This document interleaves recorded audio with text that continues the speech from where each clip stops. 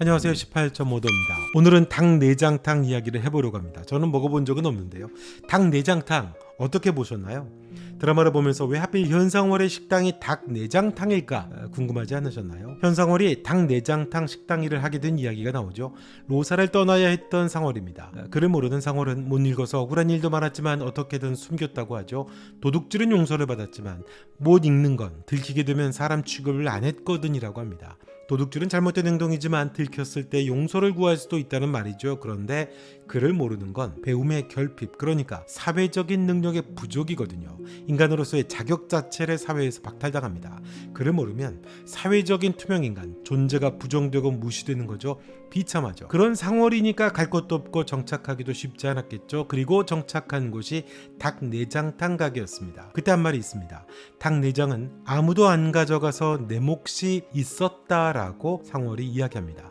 닭의 내장은 대부분 버려지고 관심도 받지 못하는 거죠. 그런데 이 드라마에서 상월은 그 닭 내장을 통해 자신의 삶의 길을 찾아냅니다. 정착을 하게 되고 사람 구실을 하게 되죠. 아무도 안 가져가서 내 몫이 있었다라고 하는 이야기 때문에 닭 내장탕이 나왔던 것 같습니다. 그 이야기를 해보려고 하는데요.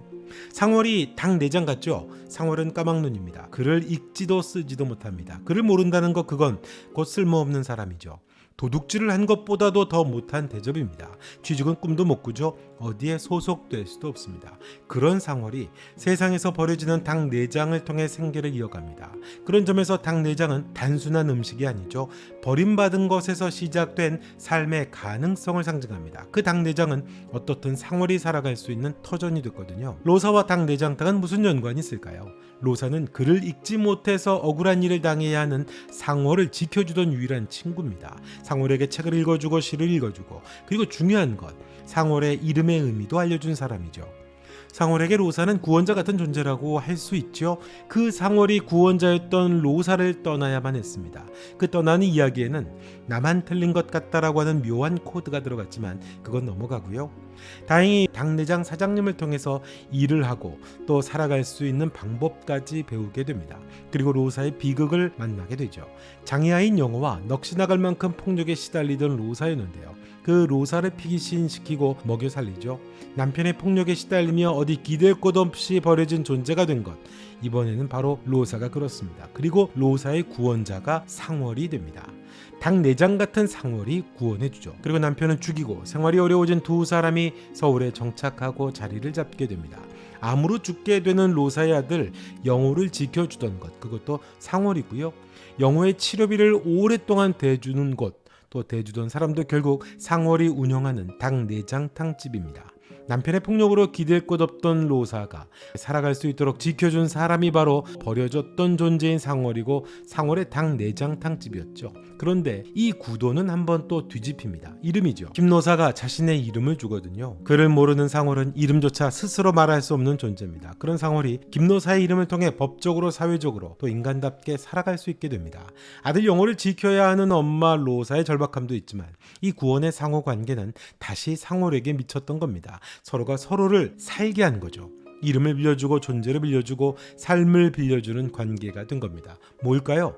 인간관계의 본질을 이 드라마가 기막히게 구조화한 겁니다. 사람과 사람의 관계는 일방적이지 않다는 겁니다. 누군가를 돕고 더 나아가 구원해주는 관계라고 하는 것, 그건 결코 강한 사람이나 부유한 사람, 높은 사람이 약한 사람을 도와주고 구원해주는 것, 그런 게 아니라는 겁니다. 책을 많이 읽고 한국대를 나온 시인인 로사와 까막눈인 상월이라고 해도 서로가 서로를 구원하고 서로의 약점이 때로는 다른 사람에게도 희망이 된다라고 하는 이야기죠. 드라마는 유독 사람의 가치에 대한 대비가 많죠. 공부를 잘하거나 변호사 같은 아주 멋들어진 직업이나 지윤이 부러워하던 멋들어진 정직원 기획자거나 반드시 달리기로 성공을 하거나 사람들은 그런 것들에 매달리게 되고 좌절을 하게 되죠. 호수와 같이 가던 미지가 동료들이 직업을 물어볼 때 자신이 백수라고 하는 게 한없이 초라하고 부끄러워하는 일도 있습니다. 드라마 속의 인물들은 여기서 자꾸 넘어지고 상처를 입었거든요.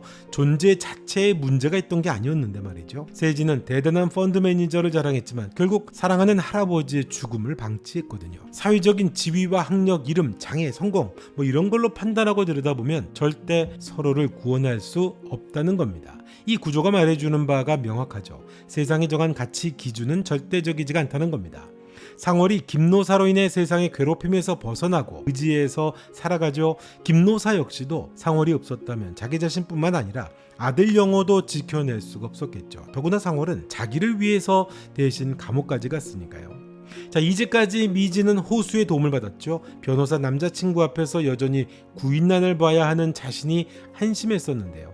이제 호수가 귀가 들리지 않는 절망을 마주해야 합니다. 백수처럼 한심하다고 자신을 여기던 미지가 구원해줄 차례지요. 드라마 속의 인물들은 모두 이 구도를 갖고 있습니다. 미진과 미래가 서로의 삶을 살아보면서 그랬죠. 세진과 미래 역시 서로를 통해서 삶을 되찾게 됩니다. 호수는 미지를 통해 진짜 자기 모습을 찾게 되고 미지는 호수를 통해서 세상의 마음을 열어가게 되고요. 결국 이건 사람과 사람은 결코 일방적이지 않다는 메시지를 담은 겁니다. 그렇게 보면 아이러니하죠. 몇십 년을 상월이 김노사라고 하는 이름으로 살아왔습니다. 사회는 그 존재에 대한 의심도 확인도 제대로 들여다보지 않았던 거죠. 우리 사회가 얼마나 표면적인 이름과 지위, 서류에만 의존하는가를 보여주기도 하는 겁니다. 사람의 진짜 존재, 삶의 이야기는 관심 없고 서류에 이름만 있으면 사람이고 없으면 없는 사람 취급하는 허술한 시스템 위에 서 있는가를 말해주죠. 사회 부조리와 아이러니죠. 닭 내장탕집을 얘기했는데요. 상월 자신이 닭 내장과 같다고 했죠. 비단 상월뿐입니까? 자신을 쓰레기라고 했던 미지도 닭 내장 같은 존재입니다. 자신을 숨겨야 하는 미래도 마찬가지죠. 호수도 스스로를 병신이라고 여겼습니다. 서른이 된 쌍둥이 딸에게 여전히 어떻게 엄마 노릇하는지를 모르는 오키도 그렇습니다. 노처녀이면서 천덕꾸러기고 친아들이 아닌 호수에게 엄마 흉내를 내야 하는 연분홍이 갖고 있었던 좌절, 낭망도 마찬가지겠죠. 소방 맞아서 살아야 했던 미지 할머니도 마찬가지죠. 모두가 닭 내장 같은 아픔과 상처를 갖고 있습니다. 겉으로 드러나지 않은 내장이고 사람들이 쓸모없다고 버린 내장입니다. 아무도 필요로 하지 않는 존재죠. 그 내장이 깨끗이 손질되고 내장들이 함께 어우러져 끓어지게 되면 내장탕이라는 특별한 음식이 됩니다. 상월과 로사를 구원하던 특별한 맛이 되죠. 재미있는 건 상월이 일하던 식당입니다. 분명 아무도 가져가지 않은 닭내장이라고 했는데 실제로는 사람들이 대기줄을 서고 있죠. 아마도 블루오션 같은 식당이었던 건가요? 식당 주인 아주머니가 상월을 앉혀놓고 닭내장으로 탕을 만드는 소스의 비법을 알려주던 장면이 있습니다. 그 아주머니 역시 누구도 가져가지 않은 닭내장으로 가게를 했던 걸 보면 사연이 있었던 게 아닌가 싶죠. 그 아주머니의 닭내장탕 집이 상월에게는 살아갈 수 있는 틀을 만들어줬습니다. 상월의 또 다른 구원자도 그 아주머니였겠죠. 그 버려진 상처 같은 닭내장들이 어우러져서 탕이 되고 구원의 매개가 됐던 걸 보면 호수를 스카우트하기 위해 변호사들이 앉아서 식사하던 자리 기억나시나요? 좀 대비가 됩니다. 식탁에서 나눈 대화라고 하는 건 장애를 방패 삼는다는 이야기였죠. 이 방패 이야기는 이전 영상 이렇게 잔인한 말이 편을 참조하시면 감사하겠고요. 그 식탁 위에선 사람의 결핍마저도 거래되고 약점은 보호가 아닌 협상의 대상이 되죠. 사람을 삼키는 식탁이었다고 봐야죠. 그런 점에서 내장이 어우러져 함께 끓여지고 맛을 내는 내장탕과는 비교가 됩니다. 결국 시를 읽어가는 마음처럼 겉만 보지 않고 약한 존재끼리 상처 입은 존재끼리 서로를 읽어주고 이해하고 또 그 마음을 들여다볼 때 비로소 새로운 의미, 새로운 가치로 태어난다는 걸 말하는 겁니다. 비로소 구원이 이루어진다는 거죠. 서로가 서로를 살리는 구원의 관계가 완성이 됩니다. 다시 회복하고 화해하는 건 결국 사람이라고 하는 것을 닭 내장탕을 통해서 이야기하려고 했던 게 아닌가. 작가는 그래서 현상호를 통해서 아무도 안 가져가서 내 몫이 있었다라고 하는 이야기를 했던 게 아닌가 싶습니다. 닭 내장탕집 이야기로 너무 멀리 왔나요? 어디까지나 저의 뇌피셜입니다. 이번 영상은 여기까지 하겠습니다. 영상 좋으셨다면 좋아요, 구독, 또 여러분은 어떻게 생각하시는지 댓글도 남겨주시면 고맙겠습니다. 미지의 서울 18.5도 함께 하시죠. 고맙습니다.